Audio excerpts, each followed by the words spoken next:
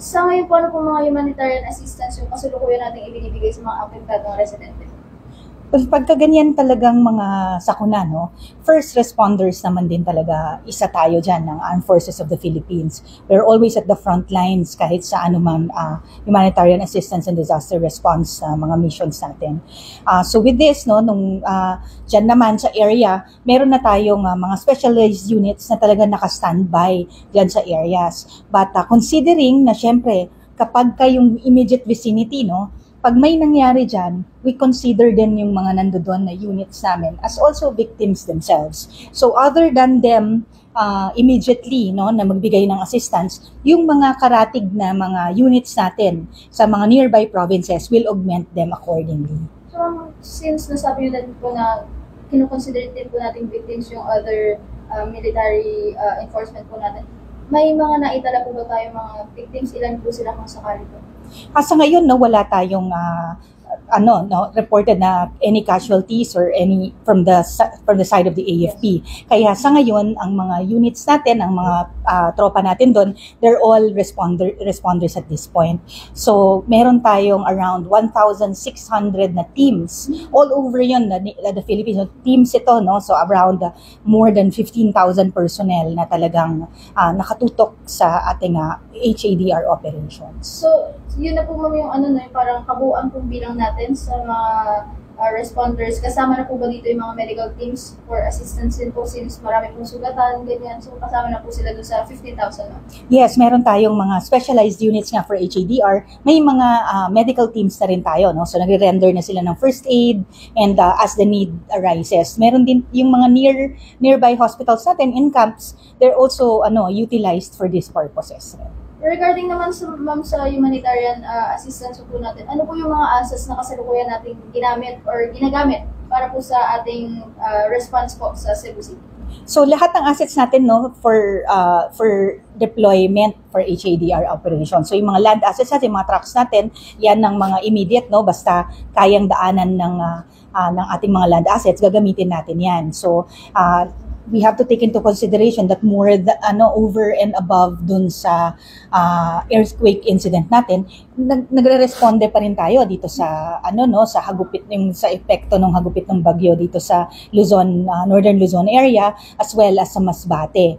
So nakakalat lahat ng mga assets natin diyan, both land assets, yung trucks nga natin, we have our rubber boats for immediate deployment, and of course our naval assets nandiyan din sa area. Since archipelago naman tayo, kung kayang by our naval vessels, gagamitin natin yan. And yung mga naval vessels natin, meron din tayong ship na hospital ship na sa ating fleet, no?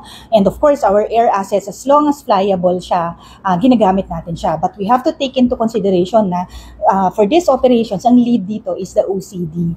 So we coordinate with the NDRRMC, no, kung paano yung deployment ng AFP in this case. Ma'am, sa initial na information po namin kanina, meron po mga black box na ipalipad na po. Ilan po yung total na bilang na nandun na po kasalukuyan and balak po ba natin magdagdag if ever po? Ang Cebu is one of the hubs ng Air Force natin. So may mga fixed wing assets tayo dyan at saka rotary wing assets, no.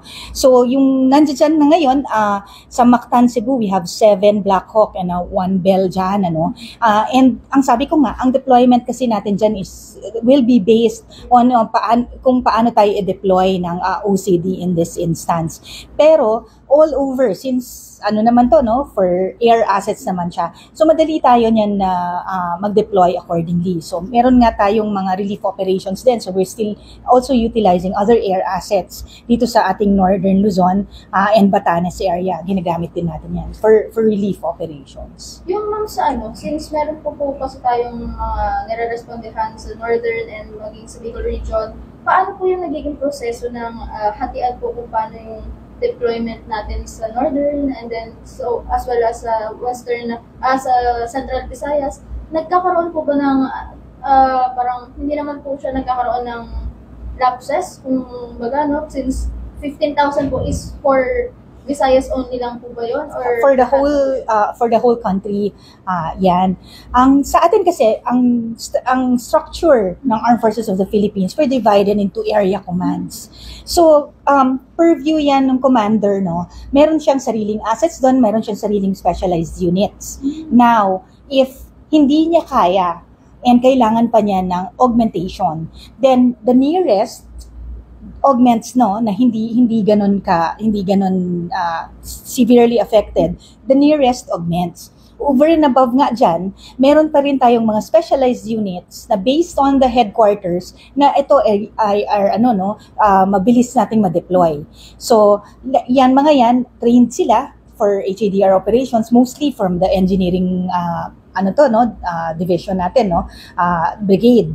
Kasi yung engineers natin, sila yung may equipment din for this mga ganitong insidente. So sila yung kayang magresponde sa rubble, those things. So yan, buong AFP internally, no, naka-ready tayo to augment yung mga areas na talagang kailangan nating suportahan. Kanina po, natanong ko po kay OCD Assistant Secretary Alejandro na kung ano po yung magiging plano for balak na paghingi ng saklolo po, no, sa mga karating na bansa po natin like Indonesia and Singapore. In coordination of AFP po, ano po ang magiging coordination natin if ever po na maglabas na po ang OCD ng final decision based po dun sa magiging assessment sa Cebu City, no? Kasi dun po nakabase kung hihingi pa po tayo ng saklolo or hindi. Paano po yung magiging coordination natin with the other countries regarding this matter po? Normally, when this mga foreign aid comes in, ito is in coordination with the DFA. Of course, may mga protocols kasi yan, and sa ating OCD nga. So, kung ano yung magiging deployment ng AFP as mandated by OCD in this case, since humanitarian assistance and disaster response, so yun yung gagampanan namin. So, we can assist their teams when they arrive. We provide security then dun sa mga troops. And we work hand in hand dito sa mga HADR personnel na ipapadala din nila. Yung mga previews din natin, no, ni-utilize naman din natin itong mga EDCA sites natin for whatever purpose it will serve best dito sa mga ganitong situations. Pero wala pa naman po tayong like exact number kung ilan po yung paparating para po as augmentation from the other countries. Wala pa naman pong final numbers regarding to since ongoing po yung assessment. Sa amin sa AFP side, we will take the cue from the OCD on this and the DFA. Ma'am, doon naman po sa part na sinasabi po kasi ng mga taga-Cebuano sa ngayon, no, na sila po mismo yung nakakaranas, medyo mabagal daw po yung nagiging pasok ng tulong sa kanila in terms of everything they need. Especially meron po tayong nagkaroon po ng destabilization doon sa communication natin, no, since may mga nabagsak po and such. Ano po yung masasabi natin or assurance po natin sa publiko na yung mga humanitarian assistance na kakailanganin po nila is makakarating on time and magiging tuloy-tuloy po ito para po sa kanilang mga pangailangan? Sa mga kababayan natin sa Cebu, no, makakaasa kayo na ang Sandatahang Lakas ng Pilipinas, talagang nandito po kami to really reach out to our kababayan na nangangailangan ng tulong. Antayin lang po natin and sumunod po tayo, no, sa mga abiso na ibibigay sa atin ng local authorities dun sa area para maayos itong pag-attend natin to giving this aid para sa kanila. Andiyan siya ng tulong, padating ito, andiyan dyan ng tao, and may mga instances lang na may mga setbacks tayo in terms of yun nga, walang signal, so hindi ganun kabilis dumating yung information kung sino talaga yung agad na pupuntahan. But as long as nandito po ang inyong Sandatahang Lakas ng Pilipinas, full force po kami na lahat po ng gamit namin, ang aming mga tao, no, at ang aming mga tropa dyan sa ground will really provide the necessary assistance. And buong AFP, hindi lang po yung nandyan sa inyo at malapit sa inyo. We are ready po to augment our troops accordingly para maibigay sa inyo yung kaukulang tulong na kinakailangan.